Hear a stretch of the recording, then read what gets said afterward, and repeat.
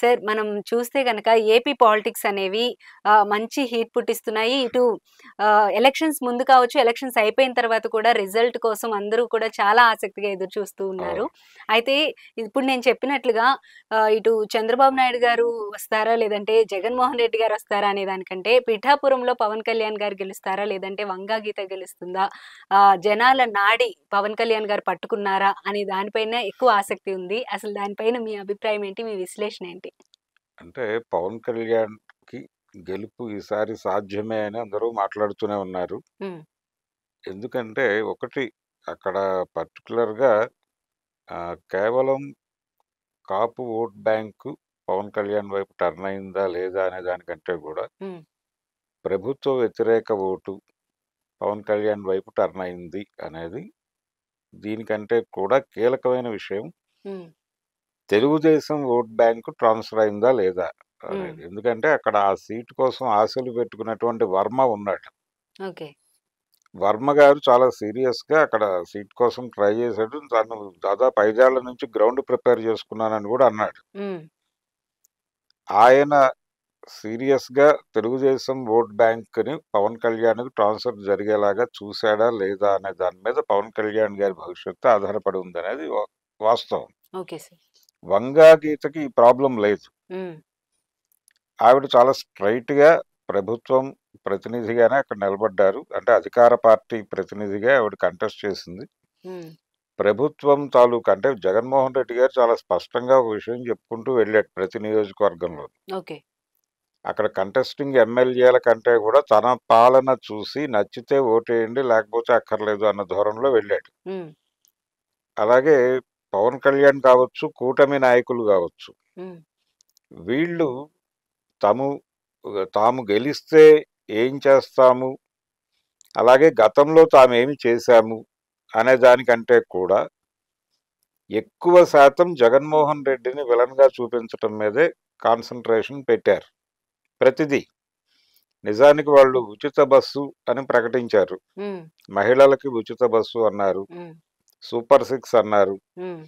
వాటి గురించి ఎక్కువ ప్రచారం చేసుకోలేకపోయారు. హ్మ్. ఈ ఈ గొడవలో పడి. ఓకే. అంటే జగన్మోహన్ రెడ్డిని విలన్‌గా ప్రొజెక్ట్ చేయటానికి చూపించిన ఆతృత హ్మ్. తాము ప్రజలకు ఏం చేయబోతున్నామో చెప్పడానికి కూడా వాళ్ళు కేటాయించలేకపోయారు. ఓకే. హ్మ్. ఇది కొంత యాడ్వర్స్‌గా పనిచేస్తోంది ప్రజల్లో. హ్మ్. ఇంతమంది కలిసి, ఇంతమంది కలిసి పవన్ కళ్యాణ్ కావచ్చు, చంద్రబాబు కావచ్చు, ఈవెన్ షర్మిల కావచ్చు, హ్మ్. మొత్తం గ్యాంగ్ అంతా కూడా జగన్మోహన్ రెడ్డికి వ్యతిరేకంగా మోహరించారు అనేటువంటి ఒక ఫీలింగ్ ఓటర్‌కి కలిగింది. హ్మ్. అందుకని పిఠాపురంలో కాపు ఓట్ బ్యాంకా, డిసైడింగ్ ఫ్యాక్టరు లేకపోతే పవన్ కళ్యాణ్ ఫ్యాన్సా హ్మ్. అనేది చెప్పలేని condition. Okay. Telugu Desam vote bank సీరియస్‌గా ట్రాన్స్‌ఫర్ అయితే కాలేదు అనేది వినిపిస్తున్న మాట. ఓకే. ఆయన బయటికి ఒకలాగా, లోపల ఒకలాగా బిహేవ్ చేశాడు వర్మ అనేది. ఓకే. అందుకని చాలా ఇబ్బందులున్నాయి పవన్ కళ్యాణ్ గెలుపుకి. హ్మ్. కొంత వెసులుబాటు ఉన్నది వంగా గీతకి.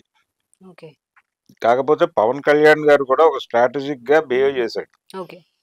మిగిలిన ప్రాంతాలలో ఆయన మాట్లాడిన మాటలకి, హ్మ్. పిఠాపురంలో ఆయన మాట్లాడిన మాటలకి చాలా తేడా గమనించొచ్చు మనం. ఆయన పిఠాపురంలో జగన్మోహన్ రెడ్డి మీద దాడి కంటే కూడా హ్మ్. తను గెలిస్తే ఏం చేయగలడు, ఏవే వ్యూహాలున్నాయి ఆయన ఆలోచనల్లో అనేవి మాత్రమే కొంచెం ఎక్కువ ప్రొజెక్ట్ చేశారు. మాట్లాడే హ్మ్. ప్రయత్నం చేశాడు. హ్మ్. ఇతర ప్రాంతాల్లో మాట్లాడినప్పుడు మాత్రమే హ్మ్. నువ్వా నేనా చూసుకుందాం, నువ్వెలా అధికారంలోకి వస్తావో చూసుకుందాం అని జగన్మోహన్ రెడ్డిని స్ట్రెయిట్‌గా టార్గెట్ చేస్తూ బయట మాట్లాడాడు తప్ప పిఠాపురంలో మాట్లాడలేదు. హ్మ్. అంటే ఆయనకు కూడా కొంత మేరకు ఒక ఇది ఉంది. ఒక ఐడియా. అంటే తను తన నియోజకవర్గంలో కొంచెం ఒళ్ళు దగ్గర పెట్టుకోవాలి. గెలుపు రావాలంటే హ్మ్. ఏం చెయ్యాలి అనే దానికి సంబంధించి, అలాగే తెలుగుదేశం ఓట్లు ట్రాన్స్‌ఫర్ అవుతాయా లేదా అనే దాని మీద కూడా హ్మ్. ఆయనకుండే కన్‌ఫ్యూజన్ ఆయనకుంది. ఓకే. అది కూడా కనిపించింది. అందుకని పవన్ కళ్యాణ్ గెలిచేస్తాడు అని బలంగా చెప్పలేని పరిస్థితి అయితే ఉందక్కడ. ఓకే. పిఠాపురం నియోజకవర్గంలో. హ్మ్. కాకపోతే ప్రచార ఆర్భాటము ఇవన్నీ జనాల కదలికలు ఇవన్నీ చూస్తే కొంత కూటమి వైపు డ్రైవ్ కనిపిస్తోంది. ఇప్పటికే అదే జరుగుతోంది. ఓకే. కూటమి అధికారంలోకి వచ్చేస్తోంది. రెండోది పవన్ కళ్యాణ్ ఉప ముఖ్యమంత్రి అవుతాడనేటువంటి ఒక ప్రచారం కూడా బలంగా నడుస్తోంది. ఓకే. ఉప ముఖ్యమంత్రి అవుతాడా, ముఖ్యమంత్రి అవుతాడా అనే దాన్ని పక్కన పెట్టేస్తే అసలు ఓటర్లు ఆయనకు అనుకూలంగా ఉన్నారా లేదా, హ్మ్. తెలుగుదేశం సహకారం ఏ మేరకు ఉంది, తెలుగుదేశం ప్రెస్టీజియస్గా తీసుకుంది ఈ ఎన్నికల్ని. అవును. ప్రెస్టీజియస్గా తీసుకుంది కాబట్టి డెఫినెట్గానే ఓట్ బ్యాంక్ ట్రాన్స్ఫర్ అనేది కాన్షియస్గానే వాళ్ళు కూడా ట్రై చేసి ఉండొచ్చు. హ్మ్. కానీ వైసీపీ నుంచి ప్రచారం జరుగుతోంది. అక్కడ అంత బలంగా లేదు. హ్మ్. జనసేనకి అనుకూలంగా ఓటర్ లేడు అనేది హ్మ్. ఒక ప్రచారం అయితే జరుగుతోంది. కానీ పవన్ కళ్యాణ్ పరిస్థితి అంత ఈజీ కాదు. అక్కడ గెలిచేస్తాడు అని బలంగా చెప్పే పరిస్థితి అయితే లేదు. Okay sir. గెలిస్తే గెలవచ్చు. హ్మ్. వంగా గీత గారి పరిస్థితి కూడా అంత వీక్‌గా అయితే లేదు. ఓకే. జగన్మోహన్ రెడ్డి అంటే వీళ్ళు రకరకాల ప్రయోగాలు చేశారు. హ్మ్. ల్యాండ్ టైటిలింగ్ యాక్ట్ మీద ఎక్కువ ఫోకస్ చేశారు. అదేమో బూమరాంగ్ అయింది. హ్మ్. ఇలాంటివి విఫల ప్రయత్నాలు చాలా జరిగినాయి. ఓకే. అంటే వీళ్ళు నిజానికి మహిళలకి ఉచిత ప్రయాణం మీద ఎక్కువ ఫోకస్ చేసి ఉండొచ్చు. హ్మ్. ఒక హోర్డింగ్ పెట్టే ప్రయత్నం కూడా చేయలా. హ్మ్. చేయకుండా ఎంతసేపు జగన్‌ని విలన్‌గా చూపించటం కోసం హ్మ్. బాబాయి హత్య, ల్యాండ్ టైటిలింగ్ యాక్ట్ ఈ రెండిటి మీద ఎక్కువ ఫోకస్ చేయటం అనేది హ్మ్. ఇబ్బంది పెట్టిన అంశాలుగా మారాయి అనేది నా అభిప్రాయం. ఓకే. అందువలన అంత ఈజీ కాదు. రెండోది భారతీయ జనతా పార్టీతో పొత్తు పెట్టుకోవడం కూడా కొంత ఇబ్బంది కలిగించి ఉండొచ్చు ఓటర్ల నుంచి. ఓకే. ఇవన్నీ కలిసి పవన్ కళ్యాణ్‌ని ఈసారి అసెంబ్లీకి పంపిస్తాయా అంటే ఒక ప్రశ్న ముద్రని మన ముందు నిలబెడుతోంది. ఓకే. అది వాస్తవం. ఓకే.